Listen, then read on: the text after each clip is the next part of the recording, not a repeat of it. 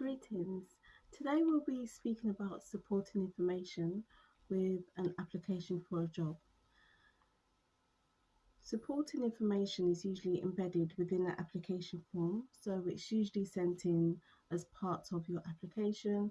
So you would have already provided your personal details, your education, work experience, and just the straightforward practical information.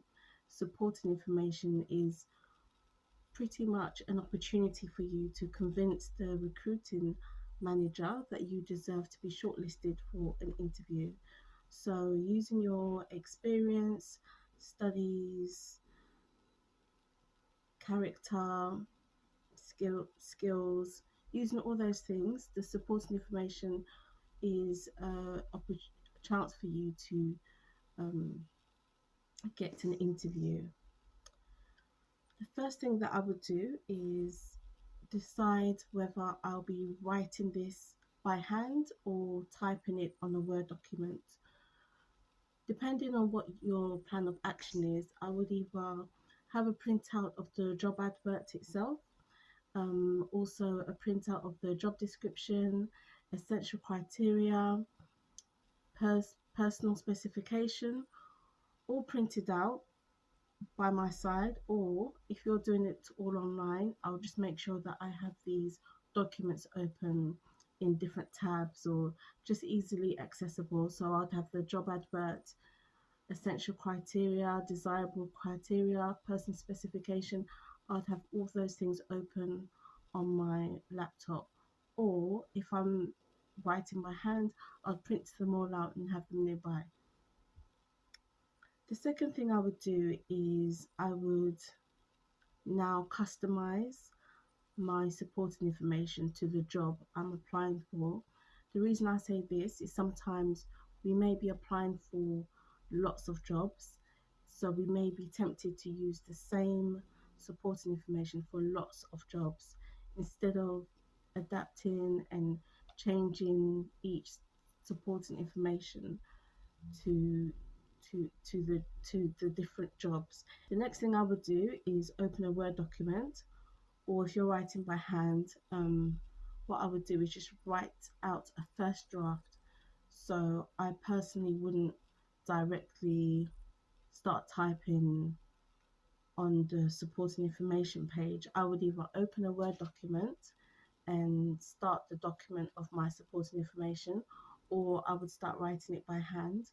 But my first draft wouldn't go straight into the application itself. I would do a first draft elsewhere, whether that be by hand or in a separate Word document. The other thing that I would do is make sure that I follow the instructions. So find out what the word count is. It may be 1,500. Make sure you stick to the word count. You don't need to go right up to the 1,500. I usually do, but you may not have as many words as that. You may have less, but make sure you do at least 3/4 of the amount. Okay, don't I wouldn't say just do half the amount. I would say minimum 3/4, or use your full word count. Obviously, don't just fill up the words with waffling, but we'll come to that. I would start off with my most relevant qualification, my most relevant skills and experience for the role I'm applying for. That is how I would start out with the most relevant information. When you are writing your supporting statement, indicate what you have done personally. So rather than speak of what was done by your department, by your team, by your ward, specifically speak in using I in that term, so it indicates what you have done, whether that be achievements or rewards or any other type of milestones. It may be reflections, it may be a whole variety of things that you're including, but make sure you're speaking of what you have done personally. So the most important part I would say is Have your essential criteria alongside you as you work, as you write your supporting information. So, as you go through the essential criteria, the essential things they are looking for, I would address these in my supporting information. I would use the same phrasing that they use, the same terms, the same titles that they use, so the potential employer can see that I have actually researched and read the information they've given to me. So I would address each essential criteria in the supporting information backed up with an example of what I have done to indicate that I'm capable. Actually use your transferable skills. So, as an example, in their essential criteria, if they request effective communication skills, you may have done charity work and amongst different communities, amongst different age groups, with people of differing needs. So you may be able to use your charity work as an example in your effective communication skills. So when transferring your skills from one part of your life to another, that can also show them that you may not have the exact experience they're looking for. However, due to similar events in different parts of your life, you've actually been able to hone particular skills which you can now apply to this role. I'll just repeat your CV. I would say if it is an opportunity to expand on aspects of your CV which is most relevant to the role, where possible, I would say have a good night's sleep in between completing the supporting information. I found that sometimes I may begin to write the supporting information, which is fine, but without realizing I become tired or I just become a bit, the effort goes down a bit. But if I take a break of the day, so go away, do other things, go to sleep, wake up the following day, and come back to it after work, sometimes I just have a new energy, or I go back on what I've already written and I'm able to improve on it. So if you do have time, if you're not way up against a deadline, sometimes just having a day's break in between can just refresh your mind, give you fresh eyes, so you can go back to your draft and improve on it and continue.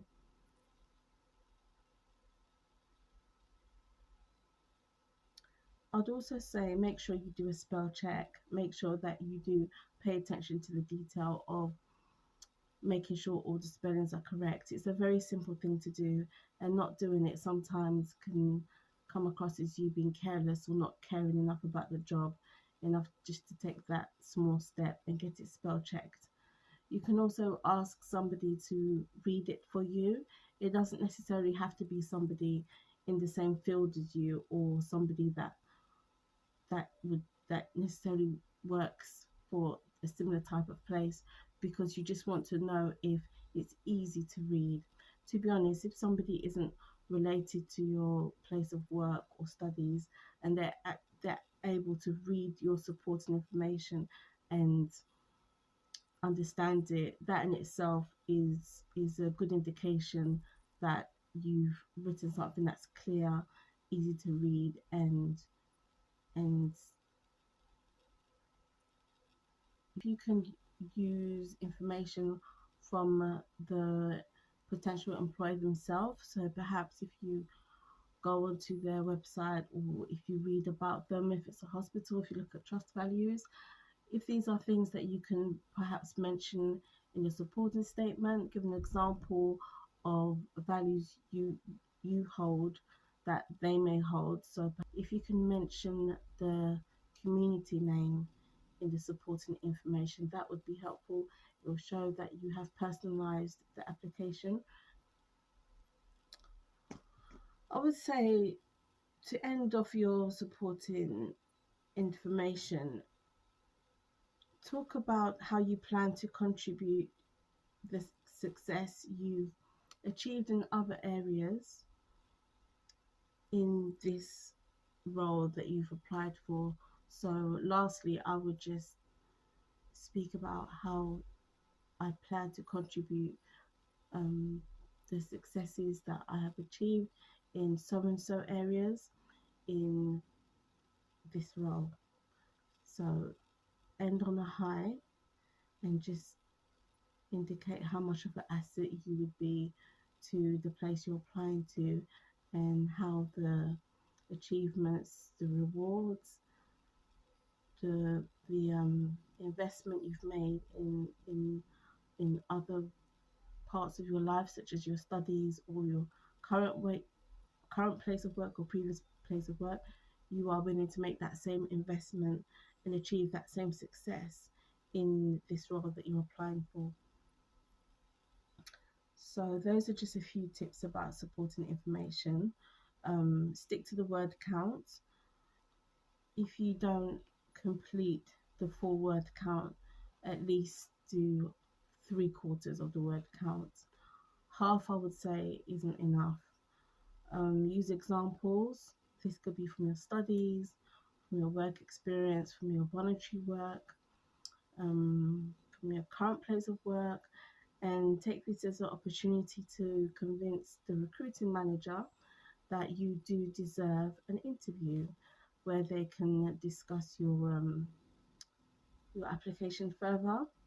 And also, if you are able to refer to the essential criteria using examples, that would be very helpful for you.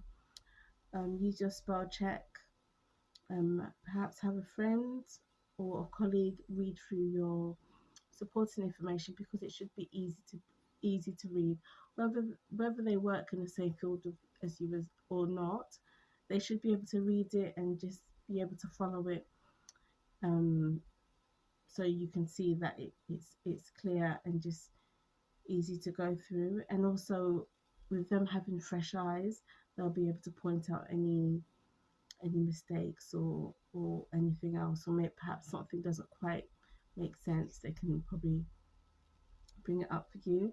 If you can, if you're not up against a deadline, try and get a night's sleep in between, just so that you can go back to it with renewed energy.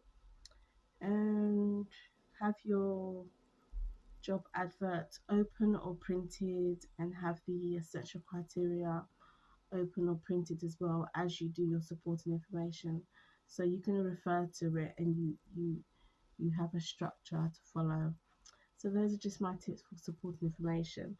I mean, you may have your own system of doing it. I'm not saying this is the only way. I'm not saying this is the correct way. I'm not even saying that if you do it this way, you'll get the job. This is just some advice that I thought I would just give you in regards to supporting information. And I wish you all the best for the role that you have applied to. Thank you. The words you say hurt me so much. I shouldn't so much me more that much. And chana nipa more flow nipa. I know they bother too much, but then so me want feeling free. And see we my dear, I'm a telling you. So me best me they won't work before be me move. Treat me like a brother, treat me like your sister, and make me one of your own.